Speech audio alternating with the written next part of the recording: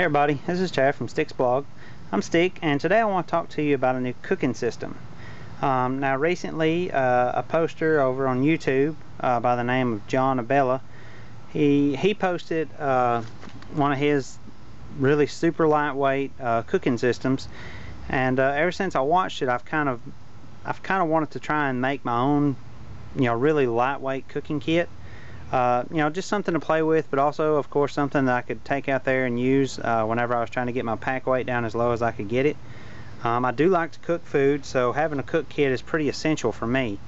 So I felt like this was a pretty neat challenge, and it seemed like it was a real inexpensive way to actually get a cooking system down really lightweight, because you don't really have to spend a whole lot of money. However, there are a few things that I did spend some money on, and I'll show that to you in just a minute. Now, first off, just so I can, I want to tell you, mainly what I did as far as going to a lighter weight cooking system than what I normally do. Normally I carry alcohol. By carrying alcohol, I usually plan on carrying an ounce of fuel per meal that I cook. I usually cook 2 meals per day, so you can go ahead and figure, 2 ounces of fuel per day. Then depending on the trip, however long the trip's going to be, you multiply it times that many days. So alcohol fuel can tend to get quite heavy. So what I've decided to do is I've decided I wanted to try out some solid fuel.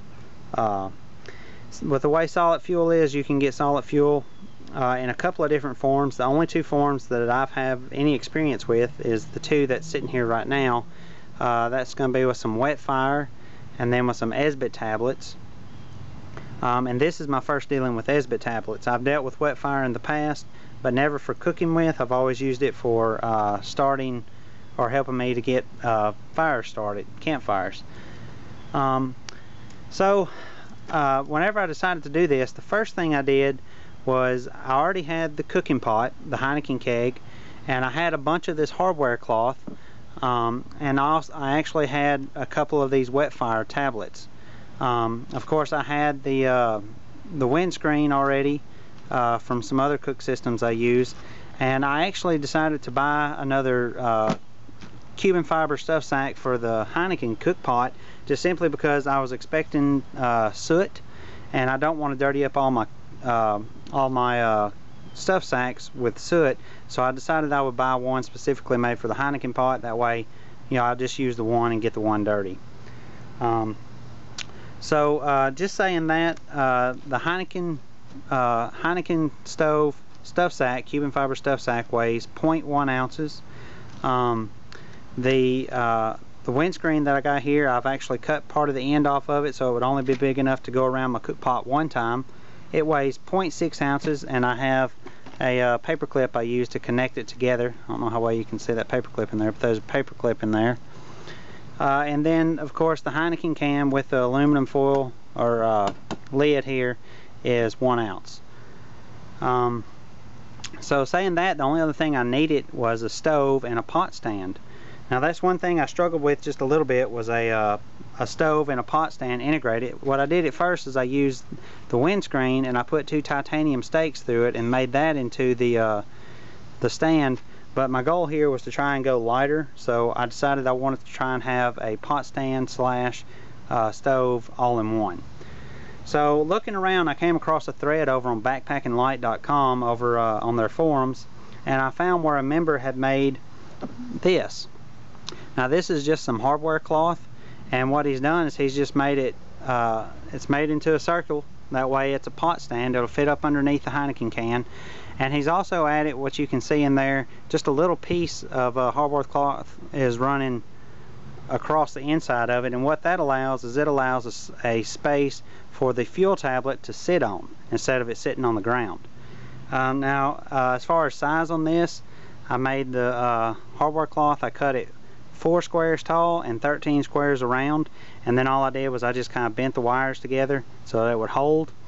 And then on the top, I bent the wires out and then I cut them pretty close. I left just a little bit of a tab there because that provides more of a grip on the bottom of the cook pot, so it's a little bit more of a sturdy hold. But what I found with this, using this with the wet fire, is that the wet fire burned up in about 6 minutes on this. Maybe just a little bit less time, I can't remember, I've only done it twice. But it burned up really fast. It burned up so fast that it wouldn't bring 2 cups of water to a boil in my Hiene can.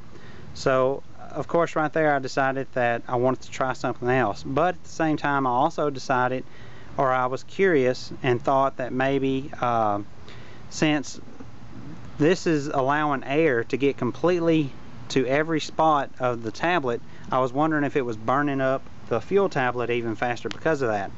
So due to that, I thought that I would pick up another stove and maybe kind of test that theory out. And since I was picking up another stove, I thought that I would go ahead and buy some Esbit tabs as well. This way I could, you know, have a little experience with them. And from reading and stuff, I've, you know, came to the conclusion that the Esbit tablets usually last longer than the wet fire. Another thing I want to point out real quick about the wet fire is that I found out that with the wet fire there's an awful amount of soot that these produce. This thing, my Hiene can, the first time I did it, all the way up to the top of the star here, it was just black. So I had to go in there, I washed it off. So I was not really happy with the results of the wet fire. So what I decided to do is I decided to order this folding titanium stove. Now this stove is sold as a wet fire stove. And even whenever it came, just one little wet fire came with it. But I don't believe I'm going to use any wet fire in it.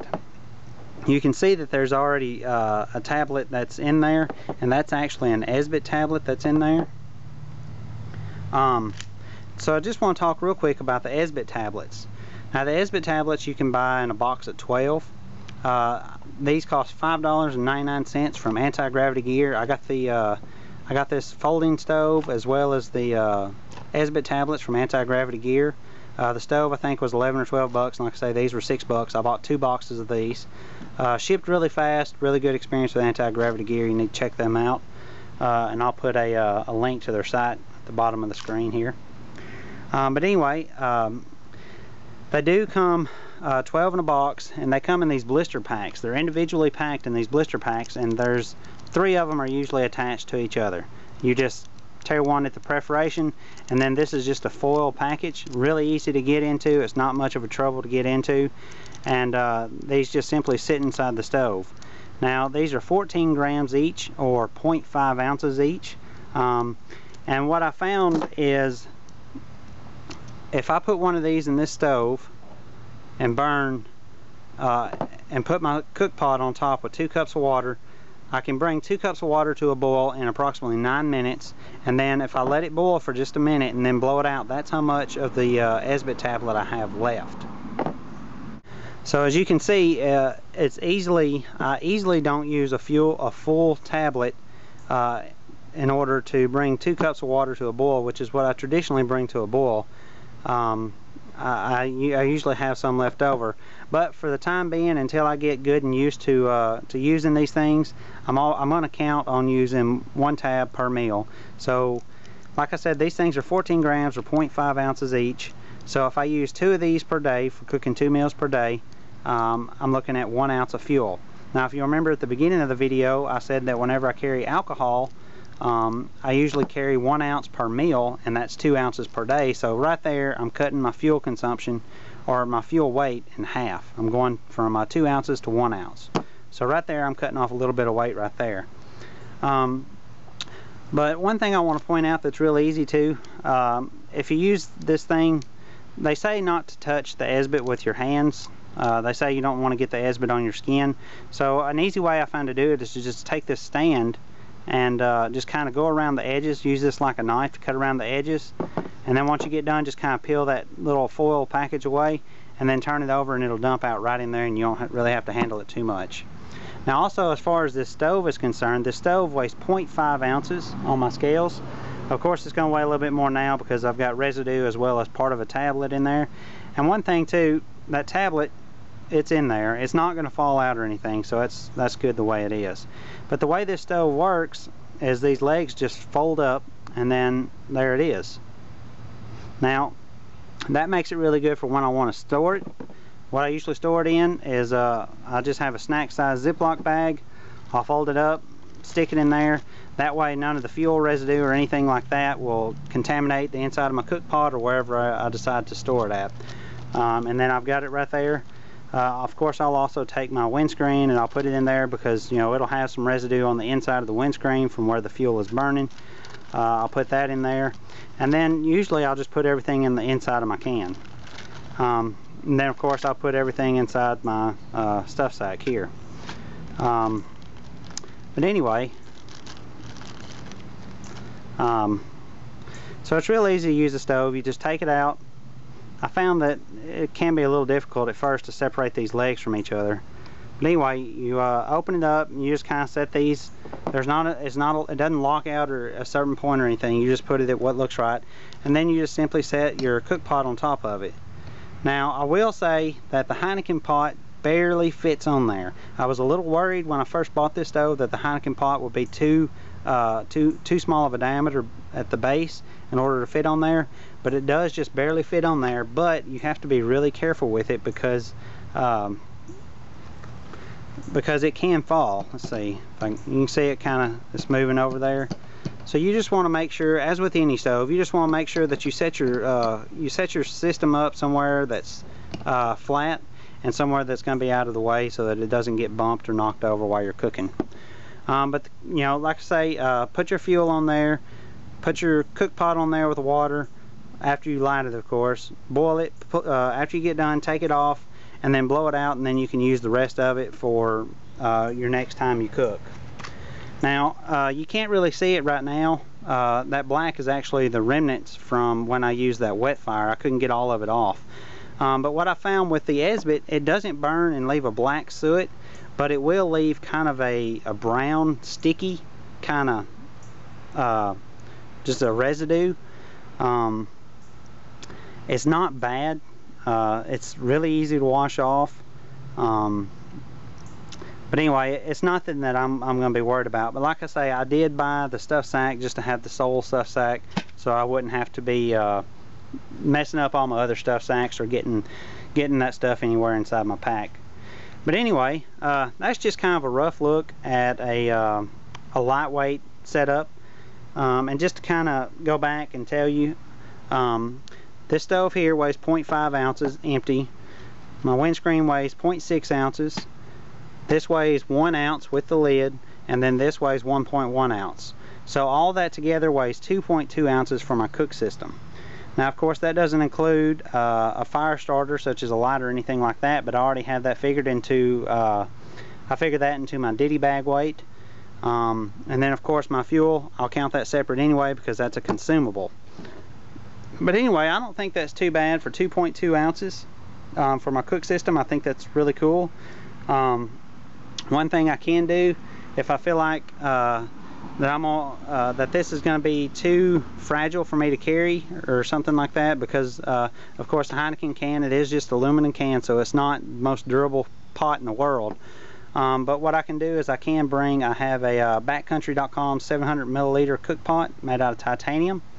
If I decide that I don't want to carry the Hiene pot, I can always carry that, and it will actually add about an ounce or 1.5 ounces to the overall weight. So it adds a lot more weight considering that it's only 2 ounces to begin with, but it's an option. It's a more durable option. But anyway, I just kind of wanted to share this with you today. If you have any questions or comments about anything here, just leave them at the bottom of the post and I'll be sure to get back to you and answer them the best I can. Until then, I appreciate you for watching. I'll see you next time. See ya.